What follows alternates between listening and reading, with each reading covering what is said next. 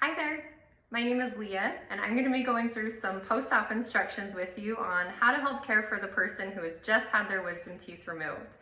I'm going to be going through these instructions as if they had all 4 wisdom teeth taken out. If they did not have all 4, no worries. Just understand that some of these instructions might vary slightly. At this point, you should have received our post-op packet. This goes through some basic information and has some great tips and tricks. If you have not had a chance to read through this already, please pause this video and do so. That way we will all be on the same page once we get started. First and foremost, we want to make sure that the person we saw today is not left alone for the first 2 hours following their procedure. If they were sedated, it's going to take a little while for the sedation medication to fully wear off and get out of their system. And so we want to make sure that they have someone with them for the first few hours that can help make sure that they're taking their medicine and that they're changing their gauze out appropriately and that they're staying safe.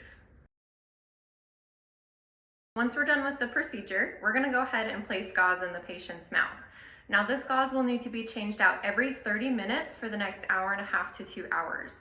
We're going to send you home with a little goodie bag that will contain all the gauze that you will need in order to get the bleeding to stop. If you have any questions or concerns about continued bleeding following their appointment, please get in touch with our office and Dr. Burns and our staff will help take care of the situation.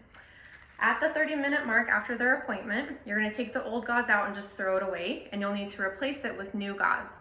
Now remember, the patient is going to be sleepy, and so we never just want to shove gauze in their mouth, and there's a certain way that we're going to have you fold it. You're going to take one piece of gauze for each side, and you're going to open it up, and then fold it in half, and then fold it in half again, so it's real long and skinny. And then from one of the ends, you're just going to roll it up tight like a sleeping bag, about halfway. This is going to make a nice little bundle that should be about as big as your thumb. And what you'll do is you're going to take this bundle and stick it in the patient's mouth all the way in the back on the gums where the wisdom teeth were at, behind their very back teeth.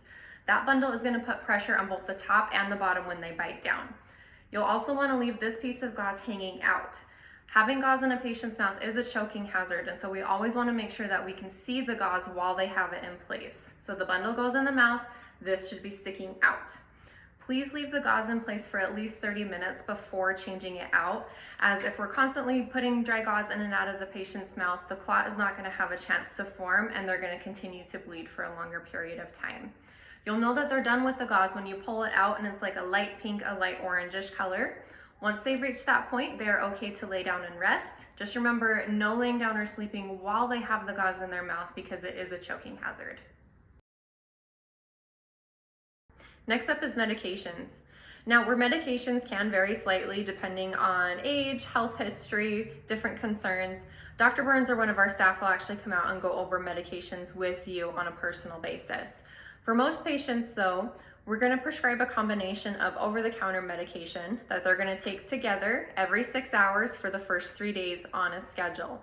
We do want them to be taking it every 6 hours, so even if it falls during the nighttime, still have them get up, take it with like a bite of banana or a glass of milk, so that way they're able just to get that medicine in them. It's much easier to stay on top of it than to try to play catch up later, so please wake them up if it falls at nighttime. After the first 3 days, they're going to need to cut back on this over-the-counter medicine to only every 8 hours. Again, all of this is going to be written down on your post-op packet here, so please reference this if you have any questions.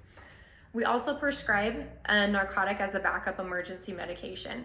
We'd prefer that the patients not take this just because it can be kind of hard on your system. Some patients tend to get nauseous from it. So have them be very consistent with the over-the-counter medicine and then only use the narcotic as a backup if needed. If they do take the narcotic, they can't work, they can't drive, no Benadryl, alcohol, or sleeping medications or big life decisions while they're on that narcotic. For most patients, we'll also prescribe an antibiotic. We do want them to start this antibiotic today, the day of the procedure. It does need to be taken with food, and we want them to finish that antibiotic until it's all the way gone. Lastly, we'll also prescribe a bottle of mouth rinse that they will start rinsing with tomorrow. Let's talk about foods. What can they eat after they've just had their wisdom teeth taken out? Today counts as day 1, and on day 1, our main focus is getting the bleeding under control. And so we want the patient to stick to foods that are soft and easy to chew, but cold. So puddings, applesauce, yogurt, smoothies, milkshakes, protein drinks, all of those are perfect options for today. We do want to make sure that the patient is using a spoon if they have a smoothie or a milkshake. We also want to make sure that they avoid anything with little nuts or chunks or seeds in them, as those can get stuck in the holes on the bottom and can be difficult to get out. After the first day, starting on day 2, they can have foods that are still soft and easy to chew, but they can be warm. So soups, noodles, pastas, mac and cheese, scrambled eggs, mashed potatoes, all of that is fair game starting on day 2. After the first few days, they can resume a normal diet. Just have them pay attention to how their body feels. They're really going to be the best judge of that after the first few days. Still be sure to avoid things with little nuts or seeds or popcorn, again, just because we want to avoid anything getting stuck down in those holes if possible. We do want to also make sure that the patient is getting enough to eat. Getting adequate nutrition is key in helping their body be able to heal up and have them get on their way sooner. A common concern with wisdom teeth removal is the risk of developing a dry socket, which is where the clot comes off of the wound just a little bit too soon, and it can be very painful for patients. There's a few different things that can be done, however, to help reduce this from happening.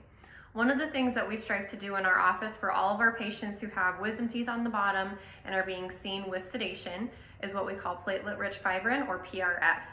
What we'll do is, once the patient is asleep, we'll take a small blood sample from their arm and we'll spin it in a centrifuge. When we spin it in a centrifuge, it concentrates the blood into an area that we call platelet-rich fibrin. We'll take that small area and we'll stick it into the holes on the bottom where the wisdom teeth are at, and we'll suture it into place. The stitches are dissolvable and they will come out on their own, so we don't need to see them back for any kind of a post-op visit.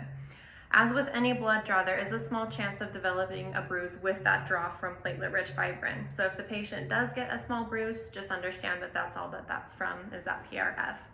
Now, unfortunately, we're not able to do this on all of our patients, although we do strive. However, if we're not able to get PRF, we can also place a different medication down in the holes on the bottom called minocycline, and that will also reduce the chance that the patient develops a dry socket.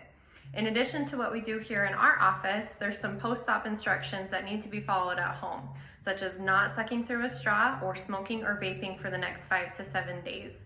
If we need to adjust any prescriptions to help accommodate with the no smoking or vaping, please let one of our staff know. We also want to make sure that we're avoiding spitting real hard or swishing real vigorously for the first few days as well.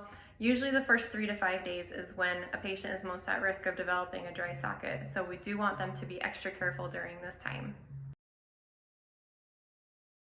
Starting after 5 days, the patient is no longer at risk of developing a dry socket, and at this point we want them to start swishing vigorously with the warm salt water.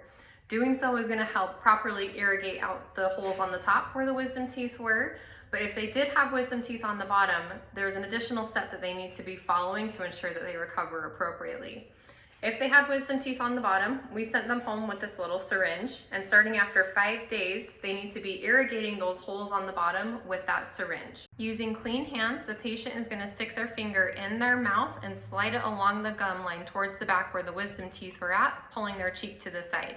Someone may also need to shine a light to better help them see. The tip of that syringe is going to go in the hole where the wisdom tooth was at, and they're going to empty 2 to 3 syringes full of the warm salt water on each side. The patient needs to be rinsing these holes out with the syringe twice a day, every day, until the holes are completely healed up. One of the times that they are rinsing needs to be right before bedtime. This is going to give those holes a longer period of time of being clean, and it's going to help their body heal up a lot faster. So make sure that they're rinsing at least once before bed, and the other time can be in the morning or in the afternoon, whatever's conducive to their schedule. Before they stop using the syringe, they need to be checking this area with a light every day and making sure that there's not an opening.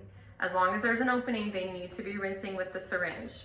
Failure to properly clean these holes with the syringe that we sent home can result in an infection. If food or debris gets stuck down there, the patient will need to be seen back in our office, and we have an additional procedure that we would need to do in order to help them heal up appropriately. So please make sure that they are adequately rinsing with the syringe that we sent them home with. One good thing to remember is the more that we can keep the patient sitting up, the less that they're going to swell.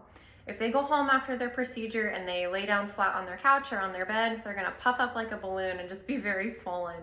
So if we can keep them sitting up, have them sleep with a couple pillows propped up behind their head, or if there's a recliner that they can crash on, that's going to help keep their head above their heart, and it's going to reduce the amount of swelling that they see, and they're going to be a little bit more comfortable because of it. Icing can also feel good. They can do 20 minutes on, 20 minutes off with an ice pack, but really the elevation is key, so keep them sitting up, especially today. Starting tomorrow, we do want them to be gently swishing their mouth out with the salt water and the chlorhexidine prescription that you'll pick up from the pharmacy. We want them to be swishing gently twice a day, and they can alternate using the chlorhexidine and the warm salt water rinse. For the first few days, we just want them to be gently swishing side to side. Again, nothing real vigorous, just to reduce the chance that they get a dry socket. And then when they go to spit that out in the sink, just have them lean over and have it all fall out in the sink. Again, we don't want them spitting really hard. Lastly, we do want them to also be keeping the rest of their teeth clean and healthy, so please make sure that they are brushing and flossing like normal. They will be a little bit tender back where the wisdom teeth are at, so have them be very gentle there. But starting tomorrow, they can resume normal brushing and flossing to help keep their teeth healthy. Finally, if you have any questions or concerns and it's after hours or a time when we are out of office, we provide you Dr. Burns' cell phone number on our post-op packet on the very back sheet. If you do have questions or problems that need to be taken care of quickly, please do not hesitate to reach out to Dr. Burns. You can reach him via phone call or a text message. If there's a problem or a concern, we want to get it taken care of, so please let us know. We so appreciate you coming with the person who had their wisdom teeth removed today. We understand it's time out of your busy schedule, and we appreciate you being here and helping make sure that they recover appropriately.